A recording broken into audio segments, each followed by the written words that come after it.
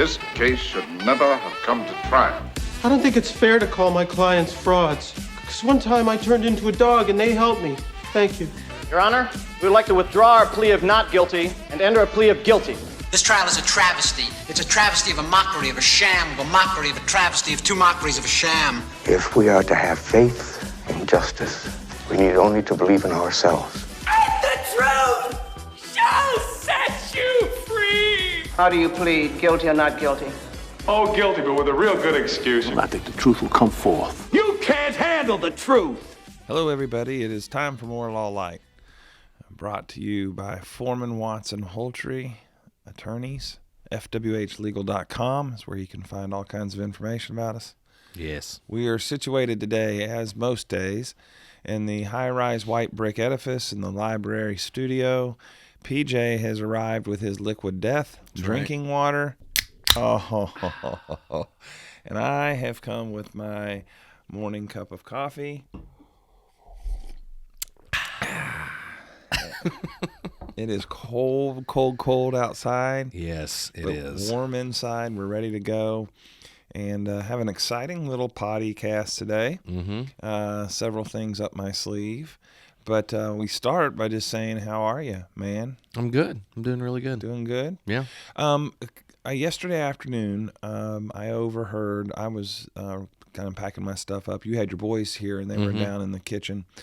And I overheard Logan speaking to a friend. Yeah, loudly, I'm sure. Well, there was a couple of things about the phone call that I wanted to bring to your attention and ask you about, okay? So I'm at first, I'm not really paying attention to it. I just hear the boys in there, talking shop or whatever it is they talk, and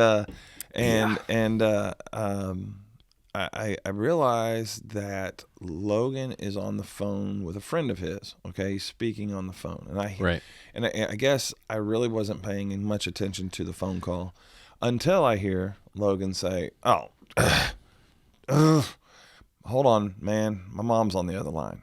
So I hear him switch over. Sounds like me when I answer her phone call. He switches over. Okay, now here's what's funny. Here's where it gets funny. Okay. He says, Mom, I'm in the middle of a business call. And you're interrupting my business call, so this better be important. And he goes, oh, great. Whatever the guy's name was on the other line. Dayton. He goes, oh, great.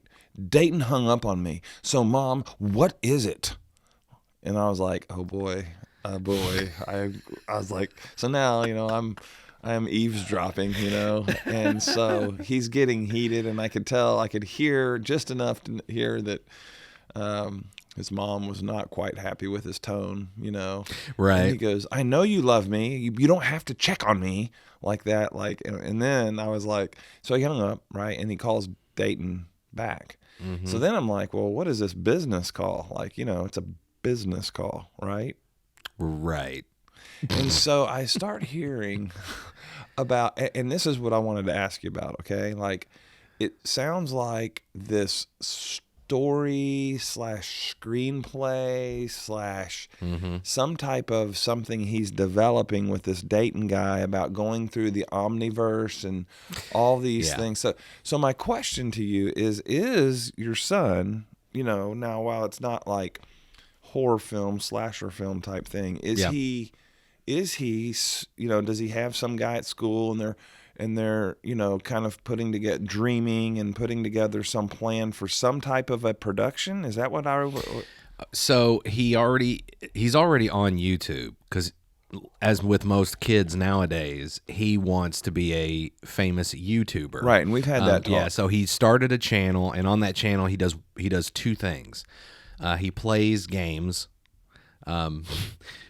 It actually got pretty heated. We had to stop him from playing. I think we did talk about that as well before, where we had to stop him from playing games live because he would start to rage and have meltdowns live on his channel, and we would have to, come in and calm him down. So then the other thing he does is he has his channel's called Star Pool, and it's a character that he has created. It's basically Deadpool.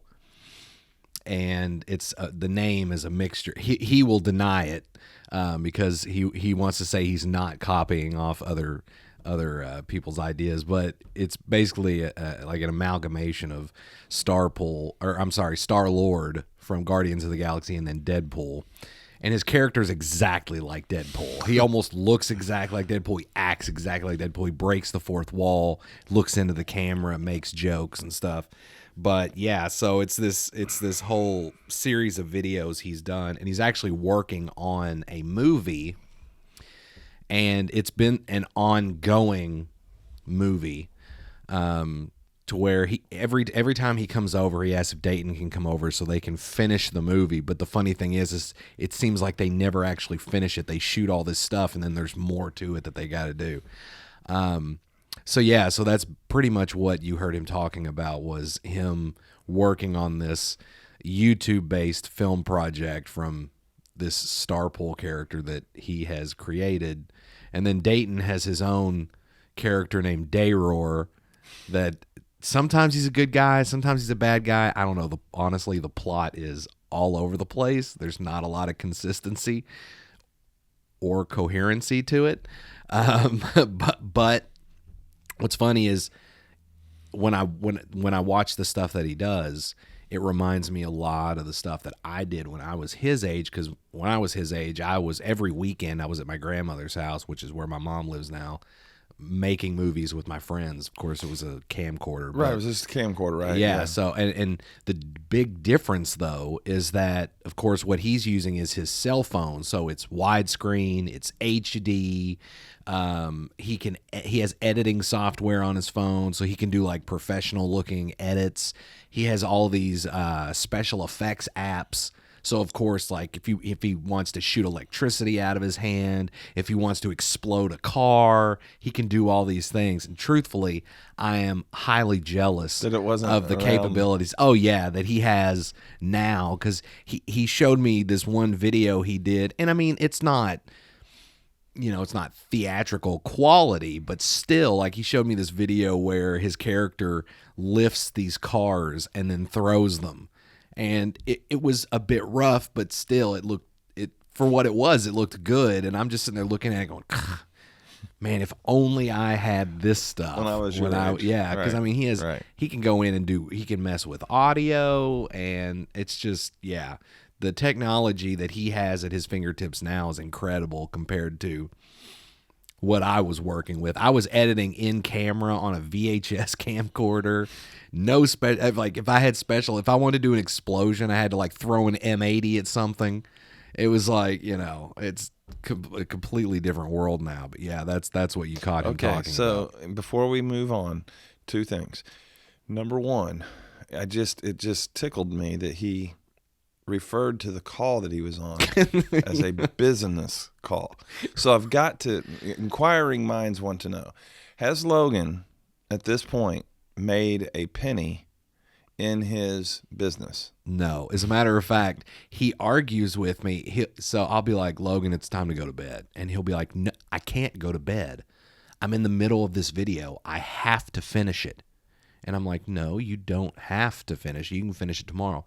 Dad, this is my job. And I go, really? He said, yes. He goes, I am a professional video maker, and I have to finish this tonight. And I'll say, so you have a deadline? And he's like, yeah. And I'll go, well, what are you making from this video? And he goes, what do you mean? I said, you're a professional, so you're getting paid for it. He goes, no, I'm not. And I said, well, that's what professional means. It means it's a profession.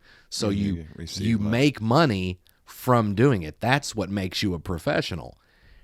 And he goes, no. And then he'll sit and want to argue with me that that's not exactly what professional means, that you can be professional at something without ever making a dime. So at this point, it's not really a business call. No, but he likes to think of it that way because that's what's most important to him. In my frail understanding of the world of YouTube, I guess if you push enough traffic through your site, then YouTube will I guess, consider you like a promoter of some type because you're getting enough traffic that where you get paid. Is that right? Yeah. I mean, everyone on there is essentially a content creator because that's what you're doing. But in order to monetize it and to do it to where you can really at that point you become an influencer. But to make a living off of it, you have to have millions of subscribers. Now, you start making money once you hit, I think it's, the last I looked, it was like you had to have 100,000 followers and subscribers and views per video. And at that point, it's kind of like Amazon. Like, you're making just a few bucks. Okay. It's even less on Amazon. But with YouTube, you're just making a few bucks. It's once you start getting into the millions of views that they will start placing ads on your video. And they may even put ads on it before that just for the advertising purposes. But still, you can make a living off of it once you're up into the millions. The thing is, though, is that in order to, as with any job, you have to maintain that traction, and you have to continue to make engaging content so you'll get those likes and shares and subscribes and interaction with people who are watching it and stuff like that. So you really have to stay on top of it. That's what he wants to do. What was that one I watched the documentary on? Something like Dude Perfect or Dude Dangerous or something, where those guys do all those trick shots and crazy. Connor loves What's those the name videos. of that? Yeah, it's Dude. Yeah, I think it's Dude Perfect. Dude Perfect. Yeah, I'm pretty sure. Those guys are crazy, man. Yeah. I bet they've made a lot of money at it because they have like these studios where they do all these stunts and stuff and shots. Yeah. And big. They got a huge warehouse that they're in, but it's real nice and set up. And they've got all that merch and everything. Like these that guys they sell. met, I think in the documentary, if I recall correctly, and I had no idea this is what we were going to talk about, but they went to Texas A&M and they were like roommates.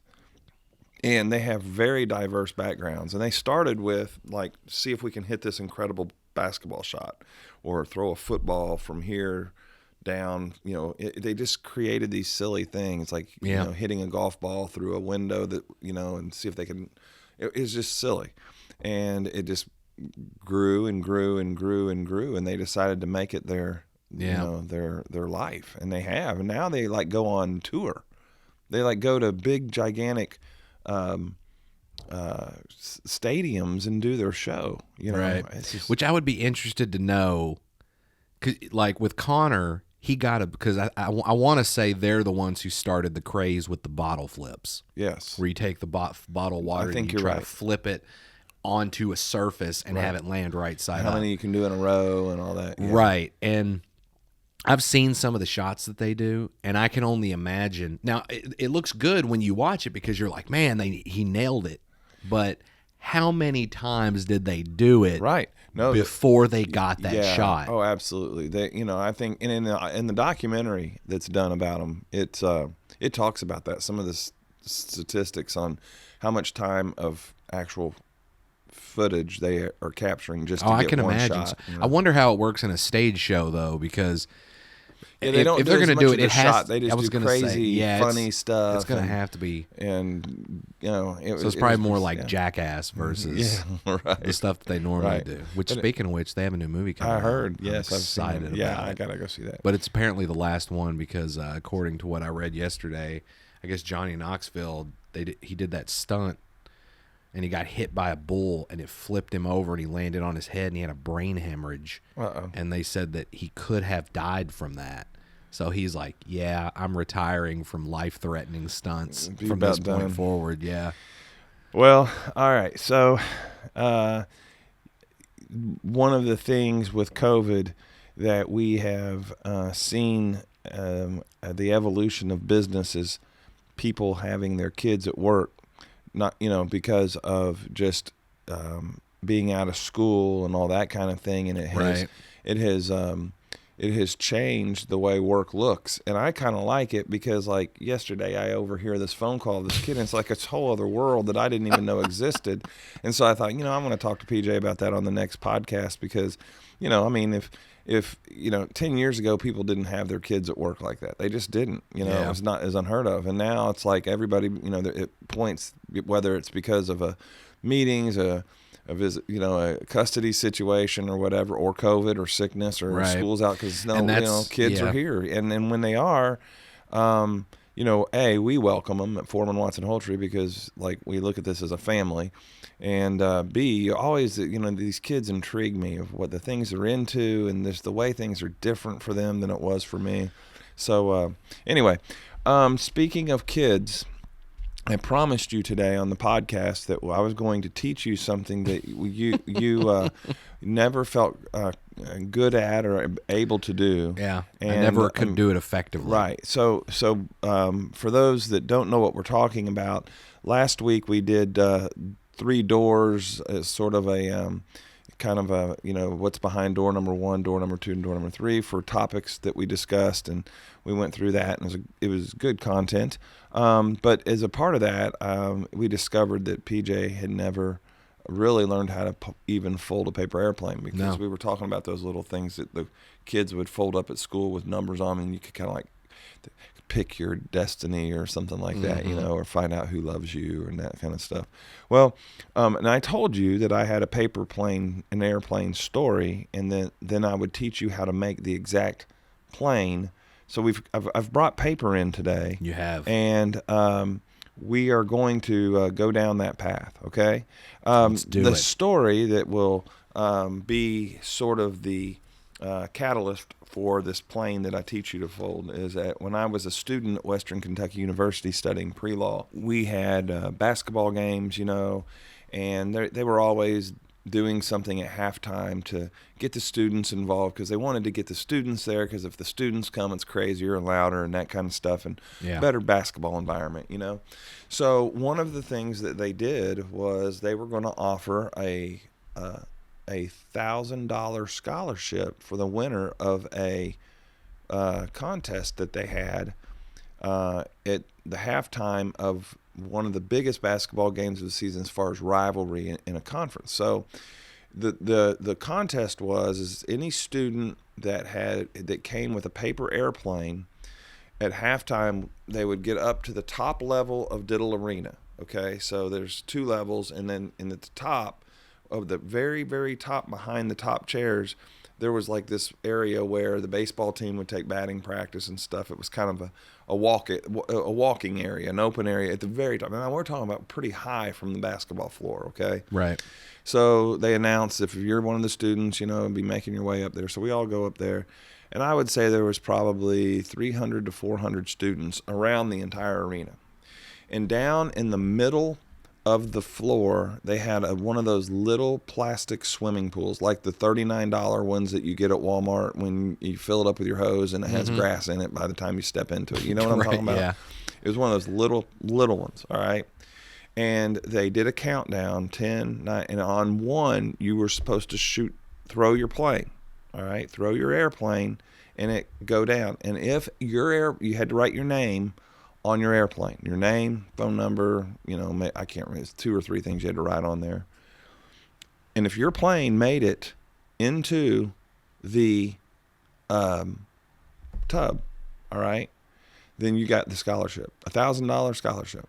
It was applied to that semester, and if you'd already paid, then you got $1,000 credit, and so it's like, right. all right. That's pretty cool. So, so it worked, because when I first started going to Western, maybe 50 to 100 students would show up to the game, and like this game, the student section was overflowing, and we had, because everybody wanted a shot at their $1,000 scholarship, so we all go up there with our paper airplanes. And it's crazy because when you throw it, and all these are going down at the same time, some of them immediately nosedive into the chairs in front of them. Some of them curled back and probably went behind them. But a lot of them are hitting each other. Even the good ones hit each other, because you can think about it. You're surrounding the entire arena and these planes going down at the same time. So I made the paper airplane that I'm going to teach you today. Okay. And I throw that airplane. Okay. And it goes down, and it kind of keeps floating down, and then it would kind of just gently left, right, and just kind of like it was almost like it was being remote controlled. And I didn't have any expectation of my airplane winning this contest, okay? Yeah. And I'm watching it, and it at the very end, it is starting to go right toward the pool. No, there was no other ones in there. There was one that was coming in kind of from the left, but it kind of went short of it. And then, a couple others went over it. And I'm watching mine, and I'm like, oh, my gosh. My heart started racing. And you know how those pools have the top that kind of comes over, and it's got the lip. So you can hold on to it? Yeah. My plane hits that, slides across it, and right where it's like a circle, I thought it's going to fall in. And I don't know why, but it just lips right out and falls off onto the floor. Oh. It didn't. Nobody got the $1,000, but mine actually hit the pool, slid around the rail, and then at the very last second, flipped over. So mine was the best plane that day. Right. But it still didn't get me the $1,000. Okay. Right. I know you were thinking I was going to tell you I won. I could see it in your eyes. I had a feeling that's where you were going. But no, I didn't win. But it had to be a millimeter more. It would have fallen down in. You know who won that day? The college. The college did, sure. So with that being said, get you a piece of paper.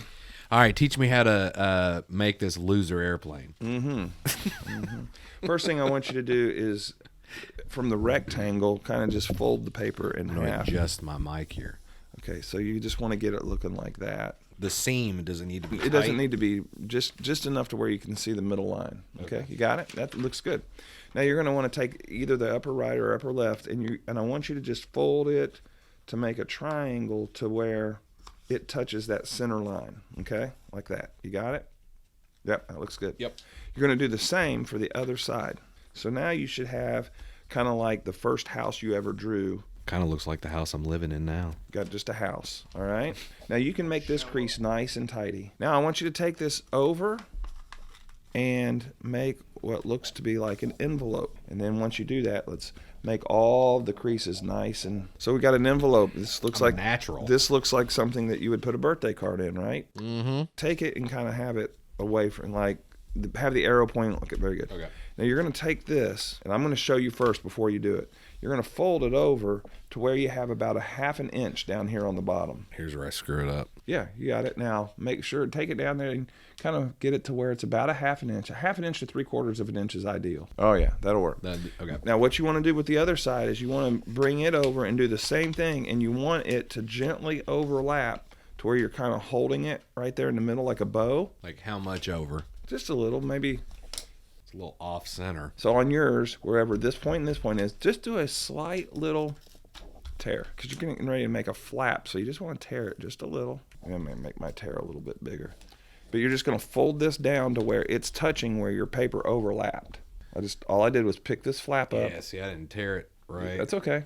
The tear, as long as you get it to where it comes up, and you can tear it with kind of with the paper as you pull it. You just wanted to. Now this is a very important crease to make really. Oh, look at you, pulling out the tools. All right. Now this is the fun part. Flip the plane over. Okay. Now where your middle crease is, just fold this wing over to touch this wing like that. It's a little off. You're okay. Now you're going to take this one, kind of touch the top of the triangle there. All right, show me that one more time. So you're looking like this. You got that little triangle. Yes. You're going to yep, fold that over. That's your wing, and then do the other side. Flip it over and bring that wing over, and your plane should look something like this. There you go. You've got mine looks a little jankier than yours, but now what's cool about this, when I learned this, they called this the bomb hatch, the bomb hatch paper airplane, and the reason is this little thing here. You can it's called the bomb hatch. See it? Mm-hmm. When you get these finished up like this, but that one, it would have in a longer like distance. A little flip. In a longer distance, it fixes itself. Okay, but yeah, throw yours. Let's give yours a whirl. All right, here we go.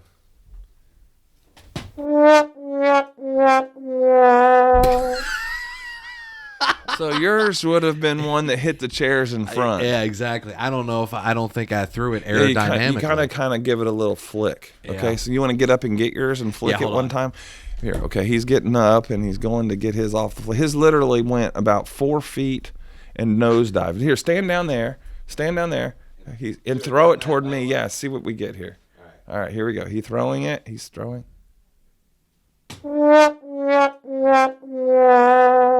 Yeah, get mine. Try mine. Okay, that time it went about 6 feet and took a hard left. All right, just a little flick. Look at that. Isn't that an amazing airplane? I mean, it went from one end of the conference room to the other. It would have kept going, right? Oh yeah. Yours definitely beat mine, but mine's not aerodynamic. Yeah, you made it a little bit too big. And it's janky. But there. At least it went up.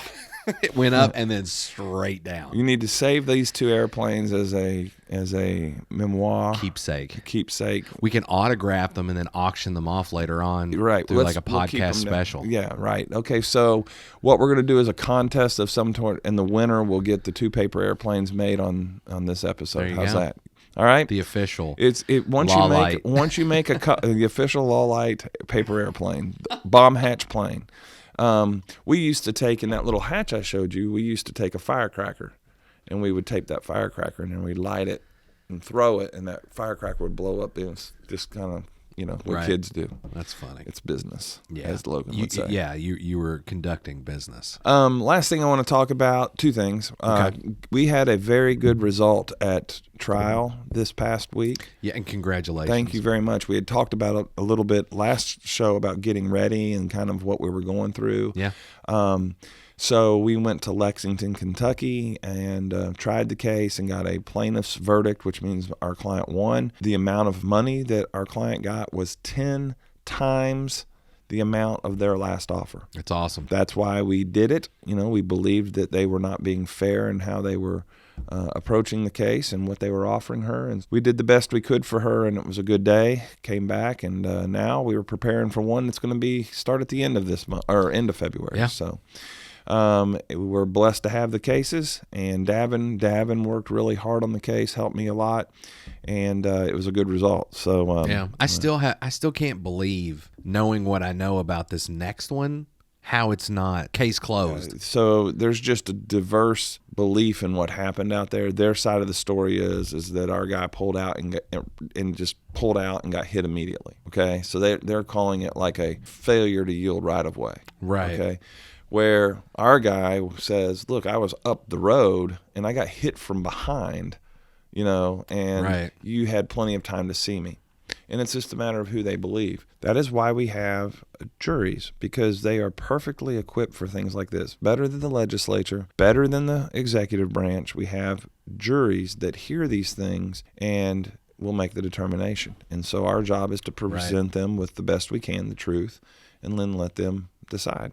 Yeah. Well, maybe you'll get lucky and you'll have the same jury from this last well, this one's going to be here in Davis County, so I hope we don't have the same jury, because that means they've traveled 3 hours to sit on our jury. And the last thing I want to talk about is the other thing that I brought into you. Yeah. And we're, bit of antiquated technology. Yes, this takes you back to the olden days, right? Mm-hmm. So what we're looking at here is a phone book.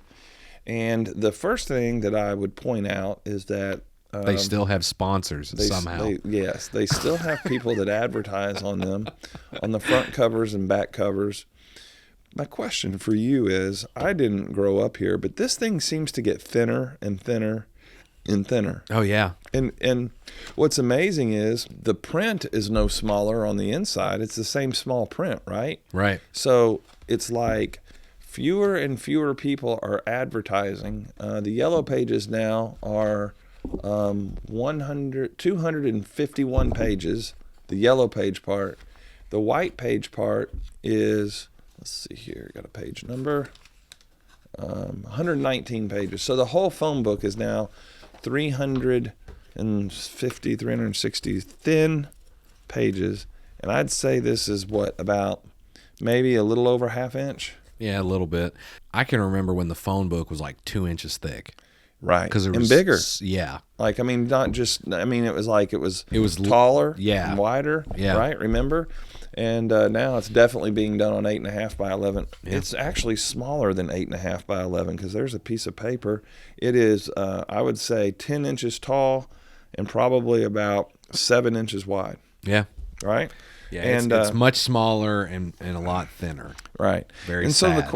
So yesterday, your other son, your youngest son, Was it yesterday or? Yeah, it was yesterday when I right? went in there So to you go in there check on because them. they've put these on.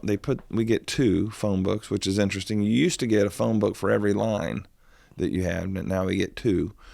And not that they're useful. That like these are going to be pitched as soon as we're done, right? Right. So or used to prop something up. Right. So the reason I wanted to bring this in here is because you even had the perfect. You presented this. How old's Connor? 10. It would be like me showing it to Jax. He's 9. You got it. Okay. You showed this to him, and you said, "Hey, have you know what this is?" Before we finish that, if you were 10 and I presented this phone book to you and said, "Hey, do you know what this is?" You would have looked at me like a moron because you'd have like, "Well, of course I do. That's the phone book." So you show this to your son, who's 10 years old, and what does he say? Yeah, he was like, I don't know. What is that? Right. No idea, no earthly idea. It's because, number one, when Connor needs to call somebody or do something, you can help him if he needs to, but he's got a phone. Right. And he opens that phone and he hits Google and he puts in the name of the place and it pops up and it shows him the hours that place is open. It shows him how to get to their website. It gives a number that you click on the number, you're talking to them. Yep. Right? It's got all that. And yet this still is a thing. All right? Now, the one thing that I am amazed by is that we have, I don't know how many phone numbers are on page. There's 3 columns, probably 100. So probably about 300 people's names on a page, right? Right. Which means if there's 120 pages and you have 300 on a page, that you have 30,000 people in Owensboro that still have a landline. Right. Well, my mom has a landline. Right. Still. Right. That they use actively. I don't know at what point I dropped my landline. I can't even remember. But I don't think I've had a landline since maybe 2005, 2006. So when we got internet in our house, it came with a landline number, right? But we didn't have a telephone hooked up to it. We used it specifically for internet, but we had to. It was considered a landline, and it did have a number associated with it. For a long time, they sold the package that you get a landline, an internet, and your cable service. It was all wrapped up because I would be watching TV.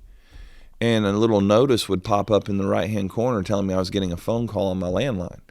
Well, I had not given that landline to anybody, right? I mean, I knew I had it, but I hadn't given that number to anybody. I hadn't hooked my phone into the wall to get that call. It's not a call that's important, right? Because it's exactly. And so, but here the reason I wanted to do this, I wanted to tell a little bit of a story.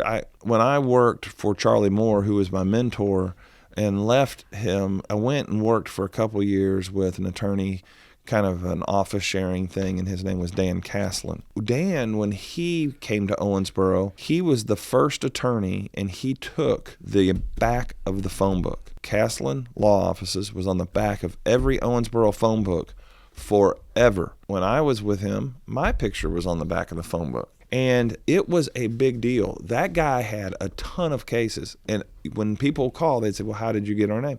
The back of the phone book, the back of the phone book, the back of the phone book. And he swore that is the only way to market, is the back of the phone book. And it was right for a few years. It hit when it was right perfect. Right. But notice, he's not on the back of the phone book anymore. Nope. But the old Martin brothers are. But you go to the attorneys, and I guarantee you, if you go to the attorneys section, that Dan is, he's still, yep, right there it is. Caslin and Cecil, right here. Wow, yep. See that? And that saying right there, protecting Kentucky's people, that's a saying that I came up with. And they're still using it. Your claim to fame. Later. For a while, they even used a picture of my hand in their advertising. I didn't care. It's just sometimes when you look, it's like a little time capsule. It's like, where has this gone? Yeah. How has marketing changed? Well, I just wonder how far out we'll get where we're finally like, do you remember phone books? Right. Remember those were a thing? Ring. I mean, it's still, I would say it's still thick enough that it's still got a while to go. There are still some folks that use this. It had been a while since I saw a phone book. So when I saw these sitting on the table in there, I can't remember what day it was, the last week or two that I saw them for the first time, but I remember being like, hey, a phone book, like kind of surprised that it was still there. It almost looks more like a coupon book now. Yeah, pretty much. I wonder if there are coupons in here somewhere. They used to be. But what I find interesting is this. So the new Scream came out, and I went and saw it, and the opening of the film is very similar to the original Scream. Now, when the original Scream came out, that was 1996, so cell phones were not huge. They existed, but not everyone had a cell phone. That was like the beginning of everybody starting to move towards that. So landlines were still the thing, and of course, the killer in the movie. That's what he does. He calls you on your house phone, and what's your favorite scary movie? That whole thing. Now we're 25 years out, right? And the opening of the movie is very similar to where this person in the home, they have a landline. So this girl is sitting there texting on her cell phone, but she keeps getting these phone calls on the landline. I've seen people talking about it, and they're like, who has a landline anymore? And like, that's not very realistic, and that kind of a thing. Like talking about how the opening is so old school because somehow, for some reason, this house still has a landline. But looking at this phone book, it makes me realize that's not far-fetched. It's not like they were trying to do a throwback necessarily to the original film. Right. It's like there's 30,000 potential victims here in Owensboro who still have a landline. Well, I tell you, a lot of people that have landlines are businesses. Right, but isn't that the Yellow Pages or the businesses? No. Look here. You've got Clean Air Corp, Well, yeah, you're right. All the dark, bold ones. Premier Electric, Pro Finishing. Every page has and then they take up a lot more specific. There's probably not 30,000 people because look how much space that takes. You see? Yeah, you're right. Those.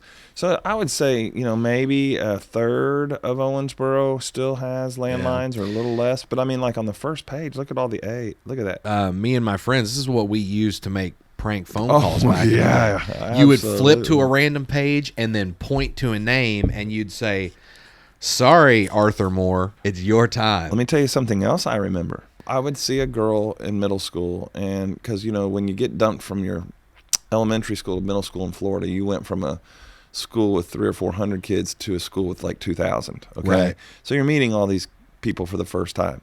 And there would be a girl, and she would say, my name is whatever, let's say, Casey Keeson or something like that, Keaton. And you would go to the Keatons, all right? And when you got to the Keatons, you were like, crap, what's her dad's name? What's her mom's name? Because there'd be 15 Keatons or, you know what I'm saying, or Keenans or whatever. And so you're looking through this and you're like, wow, I wonder what her dad's name is. And so the next day you're like, you're with the dilemma. Do I need to ask her what's your dad's name, or do I need to say, hey, what's your phone number? There was like the two different. There's a little indirect. Or you just call the numbers and you're like, is so we and would so do there? That. If there was 3 or 4, you would hit the right one, number. and then you would check it there, so you would have it. Yeah. And so the times have changed, man. I mean, it really has. Yeah. I told I was telling Jackson this the other night. I was like, when I first started calling and talking to girls, which was late in middle school for me, I was always scared that their mom or dad was going to answer. And so I got good at it. I was like, I'm going to call you right at 5. Pick up the phone. Don't let your mom or dad pick up the phone. Because I don't say, can I talk to, and dads we're good about, I don't know, man. Who are you? They'd play with you a little bit. So. Right. Anyway, fun times. Phone book is now published. Probably won't pick it up again. Yeah. But I did want to bring it to the attention of yes, you got something. Well, I was going to throw this out there. So the other thing that we used to do with the phone book when it came to prank phone calls, we would look and find people who had celebrity names, and then we would prank phone call those. One of our favorite ones was James Brown. We'd call James Brown. They'd answer. And we'd be like, "Is James there?" And they'd say, yeah, this is him. We'd go, get up, get up now. Ooh, ah. And we'd do stuff like that. And they would just be like, yeah, okay. And then I'd hang up the phone. But we would just go down the list of James Browns. And there used to be like a dozen James Browns. Sadly, there's now only 4. Oh, so you'd have to pick on those and then 4 and move on to somebody else. Yeah, and then there's a Jamie Brown, which is stretching it, but we'd still probably hit Jamie Brown. We'd probably hit them up, yeah. Since James there, right. Good stuff, man. Well, we've accomplished a lot today. We've learned about the business of YouTubing. We have folded paper airplanes, and we have discussed the trial, illegal victory, activities like crank phone calls, the phone book, and the life that came with them. That's right. Until next time, this has been More Law Light, brought to you by Foreman Watson Holtree, FWHlegal.com. Look us up on all the platforms of social media if you need attorneys. We are here and ready to help. We have a foundation of excellence built upon an unrivaled work ethic. See you next time. This case should never have come to trial. I don't think it's fair to call my clients frauds. Because one time I turned into a dog and they helped me. Thank you. Your Honor, we would like to withdraw our plea of not guilty and enter a plea of guilty. This trial is a travesty. It's a travesty of a mockery of a sham, of a mockery of a travesty of two mockeries of a sham. If we are to have faith in justice, we need only to believe in ourselves. And the truth shall set you free! How do you plead, guilty or not guilty? Oh, guilty, but with a real good excuse. I think the truth will come forth. You can't handle the truth!